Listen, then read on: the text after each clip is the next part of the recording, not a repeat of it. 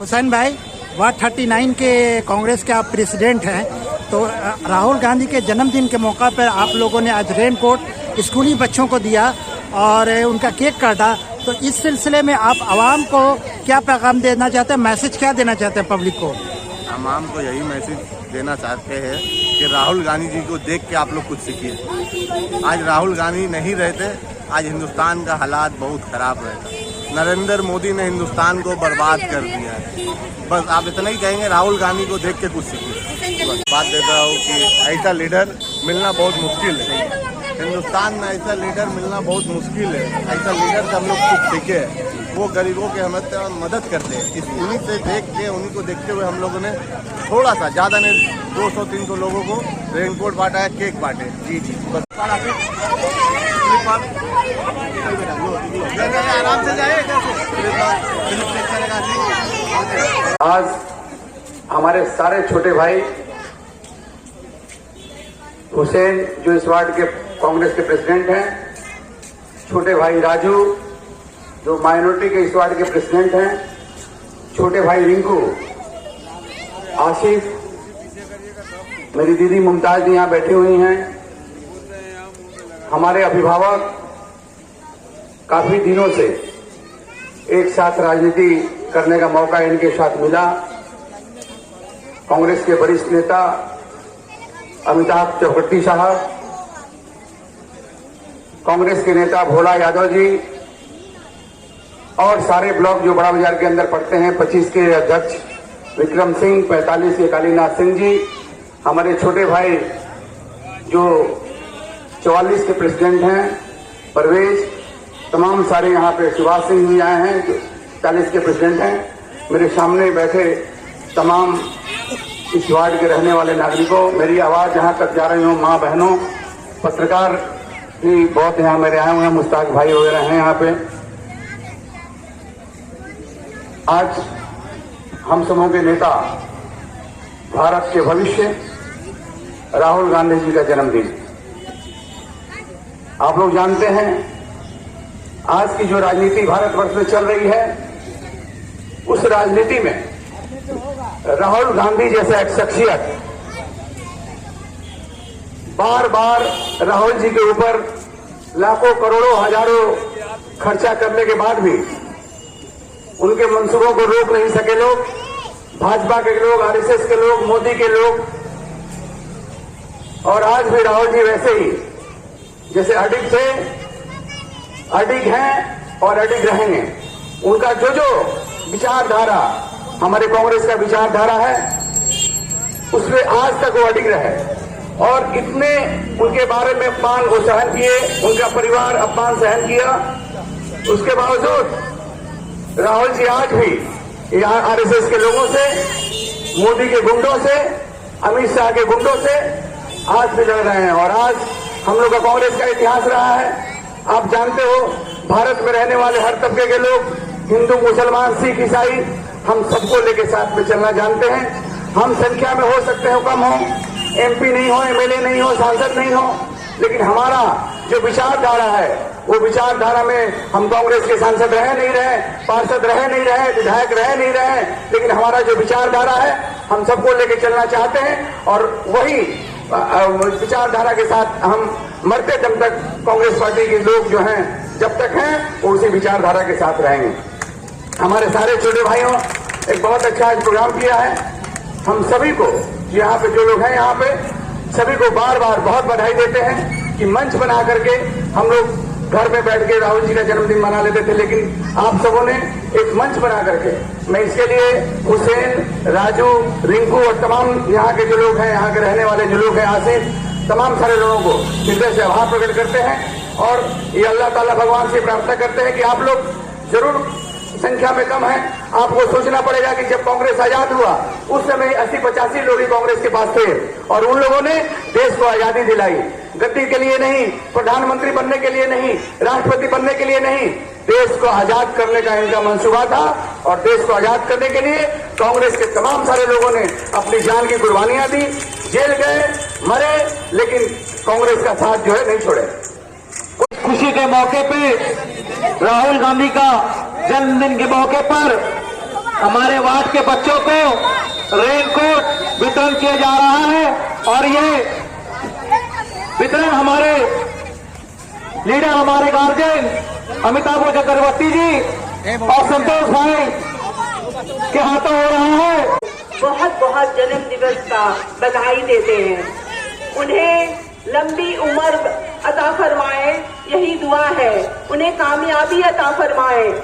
और मैं ये कहती हूँ जो हमारे देश के लिए कर रहे हैं उसके लिए वो कामयाब हो और हम सब उनके साथ जुड़े हैं। हम कांग्रेस पार्टी के जितने सपोर्टर्स और मेंबर्स हैं, we all stand with Rahul Gandhi ji कि उन्होंने आज हमारे देश को उस वक्त बचाया है जब बहुत जरूरत थी हमारे देश को उनकी। ऐसे नौजवान आए और हमारे ऐसे लीडर जो हमारे देश को बचाएं। हमारा देश जब डूब रहा था, हमारा देश की हालत जब खराब हो रही थी, यहाँ पॉलिटिक्स ऐसी तरह का कर रहे थे बीजेपी वाले लोग कि हिंदू मुस्लिम इसलिए नफरत फैला रहे थे। कितने लोगों इस नफरत के मतलब कि नफरत से कितने लोगों की जिंदगी चली गई। कितने लोग हमारे राहुल गांधी लीडर जो है आज उन्होंने वो जो ये कदम उठाया हर चीज के लिए, यूथ के लिए। हमारे यूथ इतने एजुकेटेड है, इतना एजुकेशन है उनके पास, लेकिन उनके पास नौकरी नहीं है। ये क्यों? ये हमारे गवर्नमेंट क्यों नहीं देते? ये बीजेपी सरकार कहाँ खो गए हैं? क्यों कभी नहीं इतने एजुकेटेड बच्चों को, यूथ को नौकरी नहीं मिले और उन लोग सुसाइड कर रहे हैं।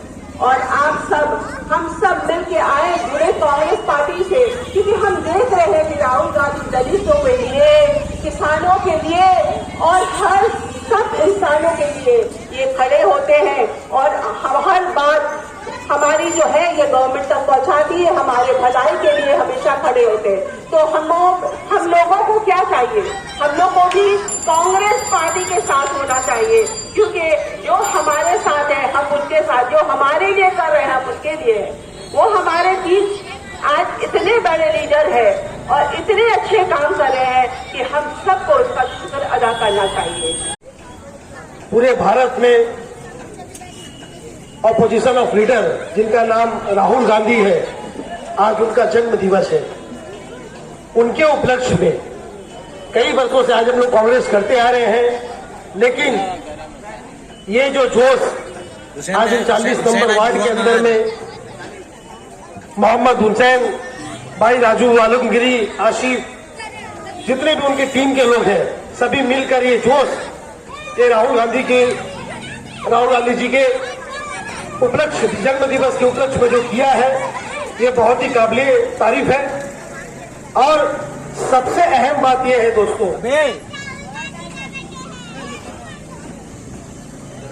जब से 2014 में भारतीय जनता पार्टी इस भारत सरकार में आई है, आप सभी को पता होगा इस बात का,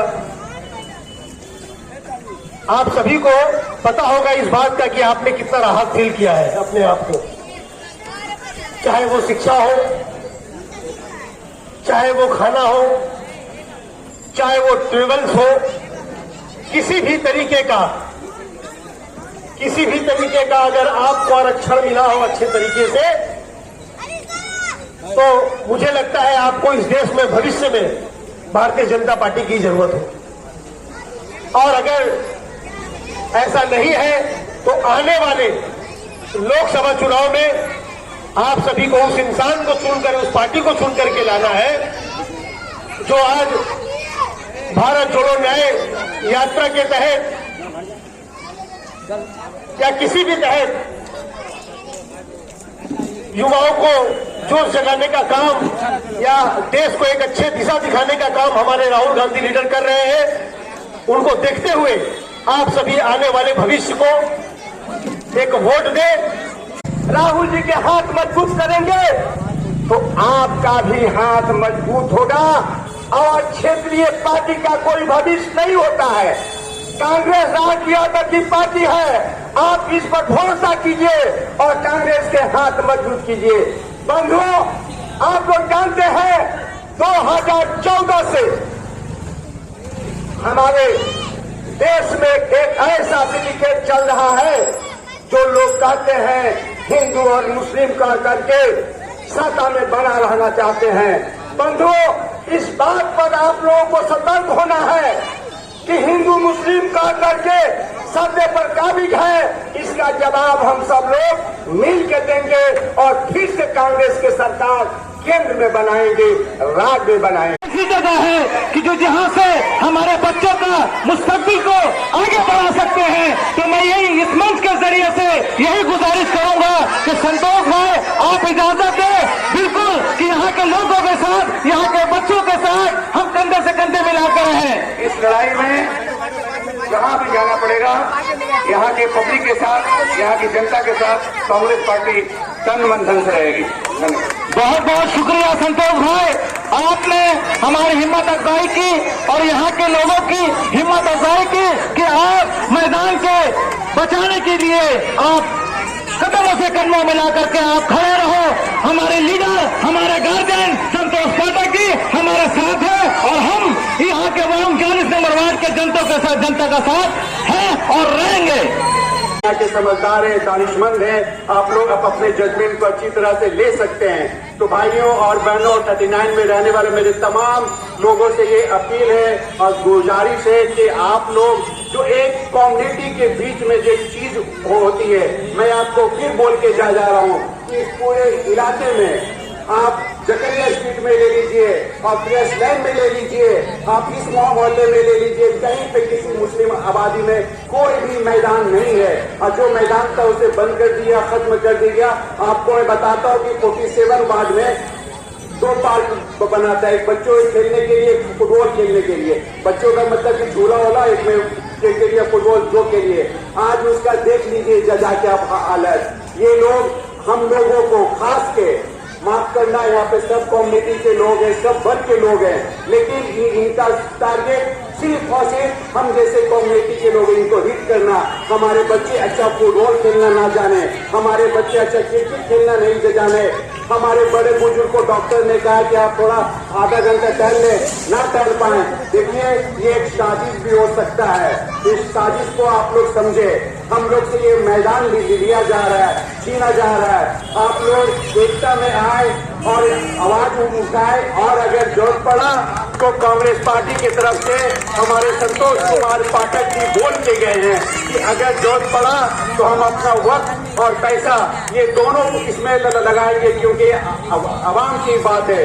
मेरे दोस्तों, मैं यहाँ पे बोल के गया बहुत सारी बात। मारुति मोहम्मदन में चर्चिल बिरादर में खेल रहा है। अगर मैदान हम लोग आने रहा तो बताइए कैसे फिर कामरान फारूकी निकलेगा, नसीम अहमद निकलेगा, कैसे यहाँ से फुटबॉलर या क्रिकेटर यहाँ से निकल पाएगा। मुझे आप लोग से सवाल करना है, ये जिस तरीके से खेला बगान को, जायदाद को बिक्री करने की कोशिश कर रहा है, बैतुल माल को जैसे कब्जा करके रखा है, इत्तेहादियों को कब्जा करके रखा है, अब मैदान को बेचने की साजिश कर रहा है, तो बताइए हमारे कौम के, हमारे इलाके के बच्चे लोगों का मुस्तकबिल का क्या होगा। आज आप लोगों का वक्त है कि आज आप लोग अपने हक के लिए फैसला कर लीजिए कि आज से इस नापाक इंसान के खिलाफ हम जंग लड़ेंगे और जंग लड़ेंगे और इस इलाके को इस नापाक लोगों के हाथों से छुड़ाने की पूरी तरह कोशिश करेंगे। बर्थडे का सेलिब्रेशन करते हुए कुछ लोकल इशू पे बात करते हैं। हमारे आगे के मुकर्रिरों ने बहुत सारी बातें की। एक बात मैं जो करना चाहता हूं कि कहीं हमारे राहुल गांधी जी कास्ट सेंसस, SC, ST और OBC लेकर के लड़ाई कर रहे हैं यहां से लेकर पार्लियामेंट तक, और यहां पे यहाँ का काउंसलर खुद एक OBC तबके का है और यहाँ पे 70% से 80% लोग एक बिरादरी से आते हैं जो OBC तबके में पड़ती है, राइन बिरादरी से। यहाँ के 70% लोग उस बिरादरी से आते हैं और कैटेगरी A से कैटेगरी B OBC में कर दिया गया है राइन बिरादरी को। इसके लिए आपने क्या अपने काउंसलर से सवाल पूछा कि OBC A से OBC B कैटेगरी में क्यों किया गया? इस 39 वार्ड में मेरे ख्याल से 75 से 80% राइन बिरादरी के लोग होंगे। ये सवाल आप लोग कीजिए। दूसरी बात, डिग्गी मैदान की जो बात है, मैं बहुत मुख्तसर में अपनी बात को खत्म करना चाहूंगा क्योंकि और भी काफी मुकर्रिर है और टाइम का भी तकाजा है। डिग्गी मैदान की जो बात है, आज आप लोगों के ऊपर है कि आपके बच्चे को मुस्तकबिल अच्छा होना चाहिए या उस मैदान में कुछ और धंधा चलना चाहिए। ये आप लोगों के ऊपर है। आप लोगों को इस बात को का डिसीजन खुद लेना पड़ेगा। तीसरी बात, ये जो आपके यहाँ के काउंसिलर है ना, ये छोटा मोदी है। मोदी जैसे अदानी को बेच दिया एयरपोर्ट, रेल, सेल, भेल सब बेच रहा है, वैसे ये बैतुल माल में घपला कर रहे हैं, वैसे डिक्की मैदान में कुछ बना करके बेचने की कोशिश कर रहे हैं। तो अब आ गया है वो वक्त जो आप इनको इनका रास्ता दिखाएं और सही नुमाइंदे को चुनें। हम हुकूमत में नहीं है, ना हमारा यहाँ पे काउंसिलर है, ना यहाँ एमएलए है, ना यहाँ एमपी है, लेकिन फिर भी हम अपने मेहनत की कमाई से जो कुछ हो सकता है आपकी मदद के लिए 39 नंबर ब्लॉक कांग्रेस के लोग आपके बीच खड़े होते हैं। कोई तोबाजी यहाँ नहीं करता यहाँ के काउंसिलर की तरह। हराम का पैसा का कमाई आपके बीच में कोई बांटने नहीं आए। हम अपने मेहनत की कमाई किए हुई पैसों से आपके बीच में आप लोगों की मदद के लिए हमेशा खड़े रहते हैं। मैं पिछले 15 साल से केला बगान में आ रहा हूं। मैंने इससे पहले भी ये बात कही थी कि केला बगान की बस्ती आज भी जो 15 साल 20 साल पहले जो बस्ती था, वो बस्ती आज भी उसी तरीके से बस्ती है।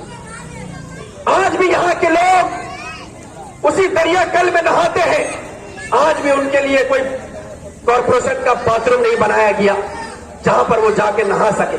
आज भी यहाँ की बस्ती डेवलपमेंट ठेका टेनेंसी के जो एक्ट बना, मगरबी बंगाल की गवर्नमेंट यहाँ की विधानसभा में पास किया गया, उस विधानसभा के एक्ट के तहत यहाँ पे जो भी ठेका टेनेंसी की जमीनें हैं उसको डेवलप करने का काम यहाँ के काउंसिलर, यहाँ के एमएलए ने नहीं किया, क्योंकि वो चाहते हैं कि आप हमेशा पीछे रहे, आपको एजुकेशन नहीं मिले, आपके इलाके में डेवलपमेंट नहीं हो और आप उनका सिर्फ जय जयकार करते रहे। आपको किसी तरह संरचना के माध्यम से आपको 1500 रुपए आपको देकर आपको जिंदगी भर आपके पीछे झंडा ढुलाने का काम ये लोग करते हैं। इसी सोच के खिलाफ राहुल गांधी की लड़ाई है।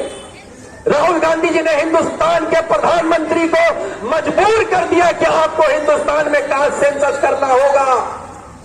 पूरे हिंदुस्तान में राहुल गांधी जी ने आंदोलन चलाया और हिंदुस्तान के प्रधानमंत्री को मजबूर किया कि कास्ट सेंसस आपको करना होगा। प्रधानमंत्री आज कास्ट सेंसस का अनाउंसमेंट कर दिया है। कास्ट सेंसस से हमारा और आपका क्या फायदा होगा, यह आपको मालूम होना चाहिए कि आपके इलाके में कितने ओबीसी है, कितने एससी है, कितने एसटी है, कितने जनरल कास्ट के लोग हैं। यहाँ की हुकूमत को भी इसका डर होगा कि मगरबी बंगाल की जो हुकूमत मोहतरमा ममता बनर्जी जी है, उनको यह मालूम होना चाहिए कि उनके हुकूमत में कितने ओबीसी को जॉब दिया जा रहा है, कितने मुसलमानों को जॉब दिया जा रहा है, कितने एससी एसटी जनरल कास्ट के लोगों को जॉब दिया जा रहा है। आपको यह मालूम होना चाहिए कि 1977 में जब कांग्रेस पार्टी की सरकार मगरबी बंगाल में थी तो 11% जो मुसलमान थे वो गवर्नमेंट जॉब में थे। आज अगर आप उसका डाटा उठा के देखेंगे तो 1% भी मुसलमान जो गवर्नमेंट जॉब में है वो आज मगरबी बंगाल में नहीं। आपको इस तरीके से मारा जा रहा है, आपको इस तरीके से तोड़ा जा रहा है। हम आपसे कहते हैं कि आपको महीने का 1000 रुपया जो आप अपने संस्था के माध्यम से देने का काम करते, हमें भीख नहीं चाहिए। हमारे लोगों को चपरासी का नौकरी आप कॉर्पोरेशन में दीजिए, हमारे लोगों को पीएम का नौकरी आप कॉर्पोरेशन में दीजिए, लेकिन आप ये काम नहीं करेंगे। आप क्या काम करेंगे? अपने काउंसिलर को देके कहीं का मैदान कब्जा करा देंगे, अपने काउंसिलर को देके किसी अदारा जो केला बगान के पूर्वजों ने अपनी मेहनत की कमाई से बैतुल माल बनाया था, आप उसको कब्जा करवाने का काम करेंगे। आपके काउंसिलर को देकर आप इलीगल बिल्डिंग बनवाने का काम करेंगे, लेकिन आप कभी अपने काउंसिलर को देकर सरेआम रास्ते पर टेबल लगाइए, सरेआम रास्ते पर अपने काउंसिलर को बुलाइए और उनसे यह पूछिए कि केला बगान के कितने लोगों को आपने सरकारी जॉब दिया है। यहाँ के काउंसिलर को सामने इस चौराहे पर बैठाइए और जब वो पहली बार इलेक्शन लड़े थे उनकी प्रॉपर्टी क्या थी और आज उनका प्रॉपर्टी क्या है, ये दूध का दूध और पानी के पानी इसी चौराहे में हो जाएगा।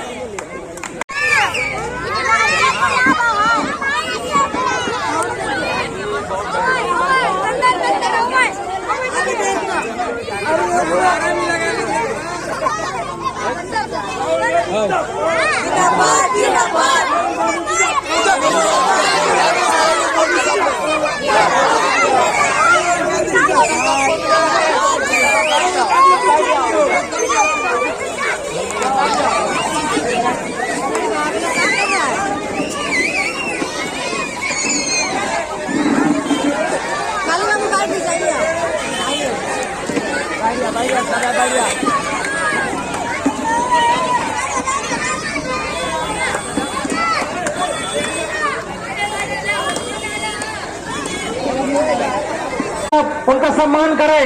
हमारे बीच मौजूद हैं शंकर जी को और कासिफ रजा साहब को। जुनैद से कहूंगा